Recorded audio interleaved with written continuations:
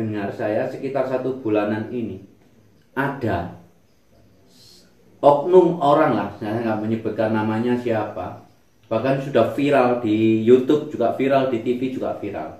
Pemirsa juga tahu di rumah siapa, nggak usah saya sebutkan namanya. Katanya wayang itu haram, gitu loh. Justru kalau kita merunut sejarah ya, wayang itu adalah media.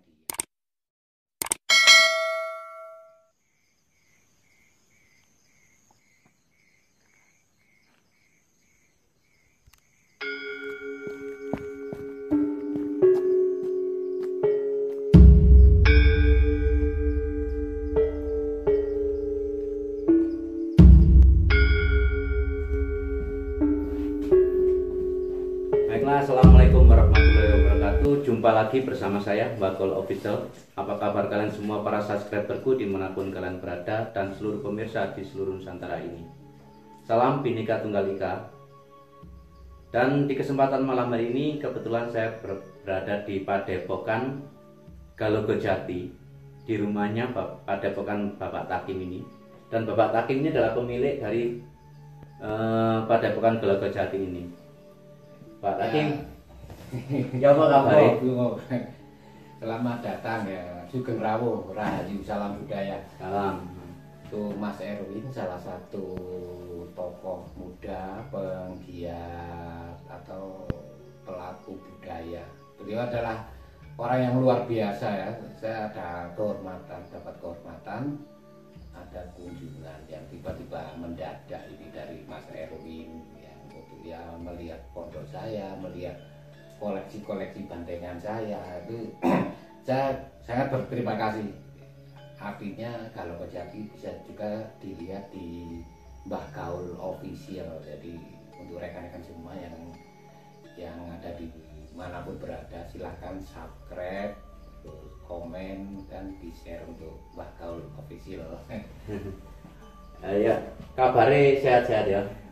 Sehat, alhamdulillah, sehat-sehat. Kebetulan aku mau ini lah ya, Takim teko Turen langsung mrene iki mangko aku kurung kabar. Di sini Padepokan Galogojati. Karena sing sak denger lho ya, sing tak denger iku Galogojati itu kok terkenal kok dinding lho Pak Takim.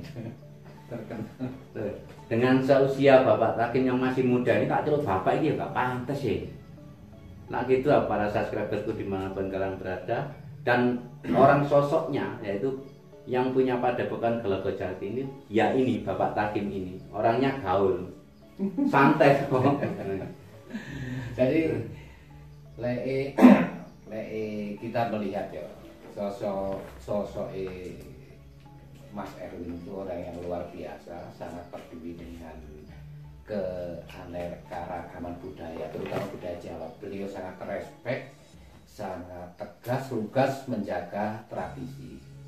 Ya, jadi ya itu saya seneng. Artinya gini loh, ternyata seni gua akhirnya dari jembatan yang mempertemukan saya. Iya.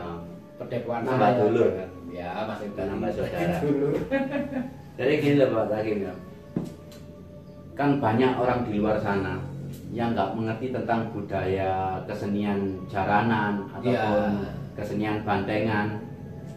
Dengan seusianya Bapak Takim yang masih muda ini, seorang seniman juga seorang spiritual pemirsa. Sebenarnya Bapak Takim juga orang spiritual, cuma dia nggak mau bilang bahwa dia orang spiritual, maunya dibilang orang yang masih belajar. Ya memang semuanya orang masih belajar, cuma saya melihat dari aura-aura Bapak Takim ini sudah aura spiritual. Dilihat dari rumahnya pun sudah kelihatan. Dan gini loh Bapak Takim, sebenarnya aku yang masih muda, sama juga masih muda yang tahu tentang masalah budaya kesenian Jawa. Kalau aku sih belum begitu mengerti. Sebenarnya sama mendirikan Padepokan ini tahun berapa? Jadi awal berkecimpung di dunia seni itu tahun 93. Itu pertama kali saya membuat properti bandengan, barongan, apapun itu tahun 93. Terus berdirinya Padepokan ini pun tahun selisihnya berapa tahun tuh lompat baru. Bangunan fisiknya berdiri tahun 2010, berarti ada jeda yang cukup lama. Nah, dalam waktu itu pun banyak sudah saya buat properti bandengan, jemeti, atau ya hal yang menunjang untuk kita berkesenian. Terus gini Pak Tay, kan kesenian Jawa itu biasanya banyak orang identik dengan namanya musyrik. Kayak seperti ini kan orang bilang banyak musyrik. Itu sebenarnya kan memang pembicaraan orang yang nggak mengerti tentang masalah kesenian. Jadi kesenian itu nggak bisa dipadukan dengan agama. Oh iya. Nah, terus gini loh Pak Takim ya. Dulu waktu dengan berdirinya Padepokan Galgojati ini sampai sekarang terkenal awal-awalnya pertama. Apa kira-kira itu ndak ada kontroversi dari pihak luar, dari istilahnya dari para orang yang nggak menyukai kesenian gitu loh Pak Takim? Gini, saya akan berterima kasih ya, satu kepada orang tua saya, keluarga saya, atau teman-teman saya. Waktu itu ketika ya memang ada omong-omongan seperti itu, loh kon kok kate nggak ini kon kate dadi opo, itu kata-kata yang paling saya ingat. Kon kate dadi opo nggak ini. Karena untuk membuat seperti ini saya kira ada semacam sesuatu yang harus kita kerjakan di luar nalar logikanya orang ternyata. Karena saya nggak berteori membuat bandengan, membuat barongan, apapun nggak berteori. Artinya ada sesuatu yang memang saya harus berbuat atau mengerjakan seperti itu tanpa harus merugikan banyak pihak atau orang lain atau sekitar, bahkan bisa untuk merangkum atau membuat kita guyub rukun lah dengan berkesenian. Itu kalau kita menggali dari filosofi berkesenian Jawa itu luar biasa. Intinya itu semua guyub rukun. Nah, itu titik temu yang paling tinggi, guyub rukun. Kita nggak membedakan ras, warna kulit atau antar golongan, itu nggak ada. Semua rukun. Kompak di semua boleh ya. Boleh. Guyub orang boleh. Orang apapun itu boleh. Jadi nggak ada istilahnya apa ya. Ya memang ada semacam itu. Ya kita biarkan. Saya berpegang pada prinsip bahwa ketika mereka paham dengan kesenian atau ajaran-ajaran leluhur Jawa, mereka nggak akan satu. Ketika orang memahami Jawa itu mereka tidak akan berbuat kasar, tidak akan merugikan orang lain, sangat tepo seliro. Dan berangkatnya saya pun dari berkesenian ini untuk lebih mengenal bermacam karakter manusia. Ya begitu ya Pak Takim ya. Terus dulu itu kan pernah ya, kayak kesenian Jawa itu kayak reog, itu sudah katanya milik orang luar negeri sana. Ya. Saya nggak menyebutkan luar negeri mana, cuma saya rasa orang-orang sudah tahu semua, pemirsa yang di rumah sudah tahu. Kayak reog katanya milik orang sana, kuda lumping katanya milik orang negara mana gitu. Tapi sebenarnya itu kan aslinya dari mana Pak Takim? Kalau bandengan itu kesenian yang berasal dari era kerajaan Singosari, jadi cukup tua, cukup lama. Saya bersyukur ada negara yang mengklaim bahwa ini kesenian itu semakin menumbuhkan cinta kita terhadap budaya kita sendiri ini. Diakoni ono nggak apa-apa. Cuma diakui. Orang mengakui boleh saja. Tapi untuk menggerakkan dan untuk membuat sejenis barong-barong ini, sejenis kesenian Jawa ini hidup, kalau bukan orang Jawa memang sulit. Kalau bukan orang-orang Indonesia lah gitu loh. Karena begini ya, kalau di apapun ya kesenian Jawa itu tidak lepas dari spiritual. Itulah sing tak omongno mang Ibu. Jadi kita mulai ada kali untuk mau nebang kayu pun sudah ada prosesnya. Gak asal ditebang, kayu gak asal ditebang. Jadi kita ada semacam ya tata cara itu. Adat ritual Jawa ya. Untuk lebih, karena dalam berkesenian pun kita sudah tahu untuk menjaga keseimbangan alam pun itu sudah ada. Tidak ada iklan tidak tertulis, tidak ada peraturannya, tapi kita tahu sendiri kok artinya. Dan ini lagi Bapak Takim, Bapak Takim ini kan piye ya, aku nyelukin Mas saya lah terlalu muda ya, cuma orang spiritual itu sulit ini, auranya orang spiritual pemirsa. Sekarang gini, kalau sejenis kayak barong, kayak kuda lumping, kayak bantengan, itu biasanya orang kan kerasukan. Itu sebenarnya bagaimana sih Pak tadi prosesnya? Terus kayak apa sebenarnya? Ada semacam gini loh. Nah, itu salah satu ya teknologi yang luar biasa yang dimiliki oleh orang Jawa. Ya, yang dimiliki orang Jawa ya. Iya, dimiliki oleh pelaku-pelaku budaya. Karena apa? Karena kita bisa berinteraksi dengan apa ya, dengan dimensi lain. Dimensi lain juga sesama ciptaan Tuhan juga. Ya, itu sudah salah satu teknologi yang luar biasa. Mungkin hanya kita lah, salah satu pewaris budaya yang punya nilai adiluhur, punya pesan moral yang sangat luhur untuk lebih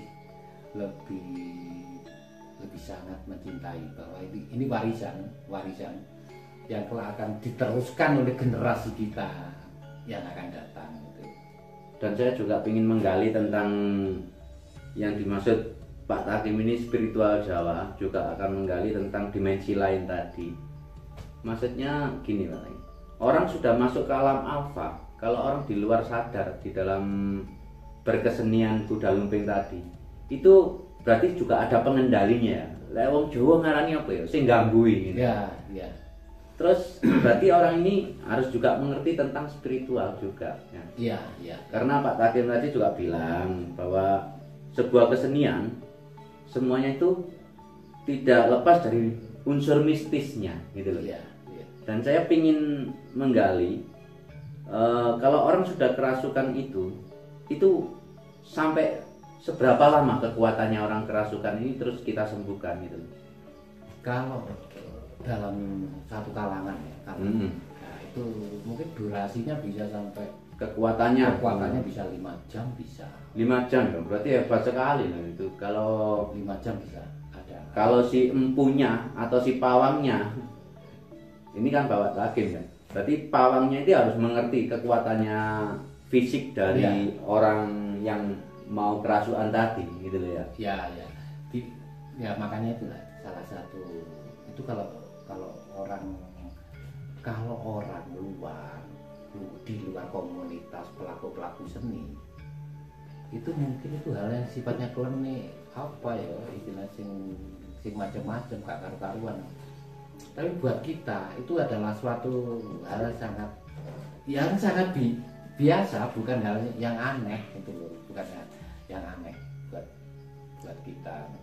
Begitu ya. Karena dalam berkesenian bandengan intinya kan menurut kita harus satu, kulit rukun. Itu nilai-nilai yang paling diajarkan oleh para pendahulu kita. Atau disanepankan kulit rukun ngilang beban rek cek tambah enteng itu bandengan istilahnya gitu. Iya. Terus seni kuda lumping sebenarnya dari Jawa memang ya. Maksudnya dari Jawa Timur atau Jawa Tengah ataupun Jawa Barat gitu Pak? Banyak, karena gini, kita ke Napak Tilas. Iya. Kalau dari Jakarta namanya kan ondel-ondel. Iya. Nah, terus kalau dari Banyuwangi kan jangger ya. Iya. Terus kalau dari Malang namanya kan kuda lumping gitu loh. Kan di Malang namanya jaranan. Jaranan kalau di Malang itu jaranan dor istilahnya. Jaranan dor ya? Dengan properti alat musik yang sangat sederhana, kendang, angklung, hidor, dengan kuda yang cuma 3 warna, putih, merah, hitam, itu sudah mengandung pesan moral filosofi. Iya. Putih kita di alam kandung. Terus filosofi dari sejenis warna tadi kayak kuda lumping ada yang merah, ada yang putih, terus ada yang hitam. Coba Pak Takim jelaskan. Ada ya gini, kalau biar pemirsa di rumah tahu gitu. Itu mewakili kalau putih itu alam sebelum kita dilahirkan. Iya, oh iya alam sang kamil ya. Merah itu kehidupan yang kita jalani, iya. Ke alam kelanggengan. Oh iya. Itu. Oh iya ya. Jadi Kalau hitam biasanya dari alam gelap akan kembali ke alam gelap juga. Cuma kalau hitam itu kan nggak ada noda seperti Bapak Takim. Nah, ini seperti saya juga pakai hitam-hitam ya. Kalau putih kena noda sedikit kelihatan, tapi kalau hitam tidak gitu. Jadi warna mati ya, karena dari sekolah-sekolah yang dulu warna mati, yang nggak bisa dicampur dengan warna apa-apa ya. Karena hitam itu salah satu warna yang kuat untuk menutupi segala warna kan. Iya. Ya, seperti itu. Iya. Terus di dunia mistisnya, ya ini kita bicara dunia mistis ya Pak Takim. Dunia mistisnya dari sejenis kayak gini-gini orang bilang kan klenik, terus selain klenik orang bilang bahwa kayak barong itu musyrik, kayak apa kalau orang-orang yang sebenarnya ini kan kesenian ya. Iya. Sebenarnya kalau menurut saya ini nggak musyrik, tapi banyak orang bilang kalau orang jalanan sering kerasukan berarti dimasukin setan. Apa sih bedanya setan dengan roh sehingga orang itu bisa mengatakan kan semua itu juga ciptaan Tuhan toh. Jadi kita kan nggak boleh harus membenci. Kenapa orang kok sampai kesenian ini? Bahkan baru-baru kali ini dengar saya sekitar 1 bulanan ini ada oknum orang lah, saya nggak menyebutkan namanya siapa. Bahkan sudah viral di YouTube juga viral, di TV juga viral. Pemirsa juga tahu di rumah siapa. Nggak usah saya sebutkan namanya. Katanya wayang itu haram. Gitu loh. Justru kalau kita merunut sejarah, wayang itu adalah media yang digunakan para wali untuk siar, untuk siar agama dulunya siar ya, agama zamannya dulu. Sunan Kalijogo. Iya, Saya ingat justru ada pelajarannya. seperti itu. Kalau wayang itu dibilang haram, mungkin kurang paham sejarah tentang bagaimana Islam itu disiarkan. Karena ada banyak media. Iya. Karena kita kalau berbicara wali, sudah sangat hebat berinteraksi dengan masyarakat zaman dulu, sehingga tidak terjadi pergesekan. Intinya ya akhirnya ya tetap baik, yang terjadi kan guyub rukun. Iya. Terkadang aku juga bingung. Orang Jawa itu kan orangnya memang orangnya tenang ya. Orangnya nyantai, orangnya santai sekali. Kayak kemarin waktu di Gunung Semeru, ya ada Jawa, kayak sajanya diobrak-abrik kayak gitu, katanya itu mengundang setan. Apa ada sih? Setan tanpa diundang pun kita itu, setan sudah datang ke diri kita, ya Pak? Kalau gini, pengertian setan itu apa ya? Saya sangat sederhana. Ketika ini tempatnya rokok ini ya, ini bisa jadi setan. Maaf, ketika tak tutup nongol. Nah, artinya apa? Artinya setan itu bersemayam di wong sing nggak bisa mengerti dirinya, menjahat, nggak kurang sabar gitu ya. Lah itu kono setan. Menurut saya ya, tanpa mewakili siapa. Iya. Ya maaf Pak, maaf ya. Ini saya cuma mau tanya. Dengan penampilan Bapak Takim, padahal Bapak Takim ini orang spiritual loh pemirsa. Orang spiritual, orang yang mengerti kejawen, sejarah Jawa. Bahkan tadi jaranan sudah dijelaskan bahwa dari itu asal-usulnya sejak ada zaman Singosari ya Pak. Iya. Dengan berpakaian hitam-hitam. Ini loh, pemirsa bagus loh kalungnya ini. Ini bagus ini. Enggak. Terus nggak takut dihujat orang. Oh itu loh orangnya gini, orangnya apa penganut ilmu hitam atau apa? Nggak takut kayak gitu Pak. Begini ya, kalau saya itu dikatakan membuat ini apa itu menurut ilmu hitam. Sekarang kalau sampean orang beriman berapa, zaman katanya segala sumber ilmu kepintaran itu kok sopo? Ya dari yang di atas gitu lah, apa dari diri kita sendiri. Saya bersyukur dikasih nah, itu pengetahuan, tak iso tak kayak gini. Sama Tuhan dikasih pengetahuan ya untuk mengembangkan, buat untuk menghibur semua. Lah saya kira kalau kita nggak ono jaranan, saya kira bukti nih ya, bukti sudah nyata. Anak muda-muda kalau ada bandengan, ada jaranan itu ngumpul anak muda-muda. Itu berarti kan kesenian Jawa ini sebenarnya harus dilestarikan toh Pak. Iya. Karena itu tadi Yang penting itu guyub rukun. Kalau rukun itu sudah tidak ada gegeran, nggak ada pertikaian, gitu. Jadi Iya Pak ya. kancane soro ya diewangi, gitu. Nah, ini sama ngomong ewangi itu ya. Aku pernah ada filosofi Jawa. Filosofi Jawa itu gini. Tetulunga sak padha padane menungso rupa bau suku piwulan aja arep-arep mbal kalike. Nah gitu. Kalau kita menyebarkan ajaran budaya kebaikan, kita kan nggak mengharap nopo-nopo toh Pak. Gitu loh ya. Karena itu menurut saya ya titah. Karena ini memang Titah menungso ya titah menungso ya. Oh, titah menungso. Iya ya bener kabeh ya mane sampean. Oh enggak lah ya, aku ya mungkin karena ada Mas Erwin ini loh, saya Enggak lah. akan ketularan gitu loh. Inilah pemirsa sosok dari Beliau adalah orang yang sangat luar biasa. karena saya itu cuma sangat ingin tahu terhati. tentang kebudayaan Jawa. Jadi beliaunya ini sebenarnya orang spiritual pemirsa. Jadi intinya untuk teman-teman bahwa malam ini saya dapat masukan,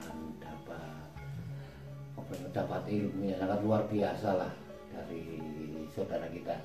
Mungkin ada yang belum kenal, ini Mbah Gaul Official. Nah, saya ulangi lagi, jangan lupa subscribe. Dan ini adalah orang spiritual pemilik Padepokan Galogojati. Dan kasetnya sudah tersebar di mana-mana. Di Jawa Timur ini sudah tahu semua, mulai dari Banyuwangi, Jember, Probolinggo. Saya sendiri membuktikan. Dan ini adalah pemilik Galogojati. Sosoknya ya seperti ini, orang spiritual, memang mengerti dunia spiritual.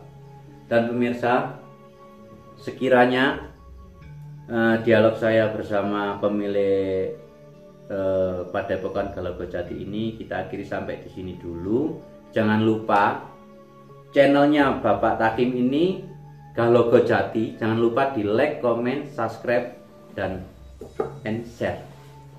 Sekiranya dialog saya kita akhiri sampai di sini dulu. Bapak Takim, jika ada salah saya mohon maaf yang sebesar-besarnya. Dan jika ada tokoh dan nama yang sama, saya Mbah Gaul Official mohon maaf yang sebesar-besarnya. Pak Takim, terima kasih sekali. Terima kasih, dan saya sangat tersanjung lah kedatangan Mbah Gaul ini. Sama-sama, aku justru sosok penggiat atau penyebar virus kebaikan untuk kebudayaan. Terima kasih. Iya, Antum selamat ya Mbah Gaul. Oke, assalamualaikum pemirsa. Rahayu.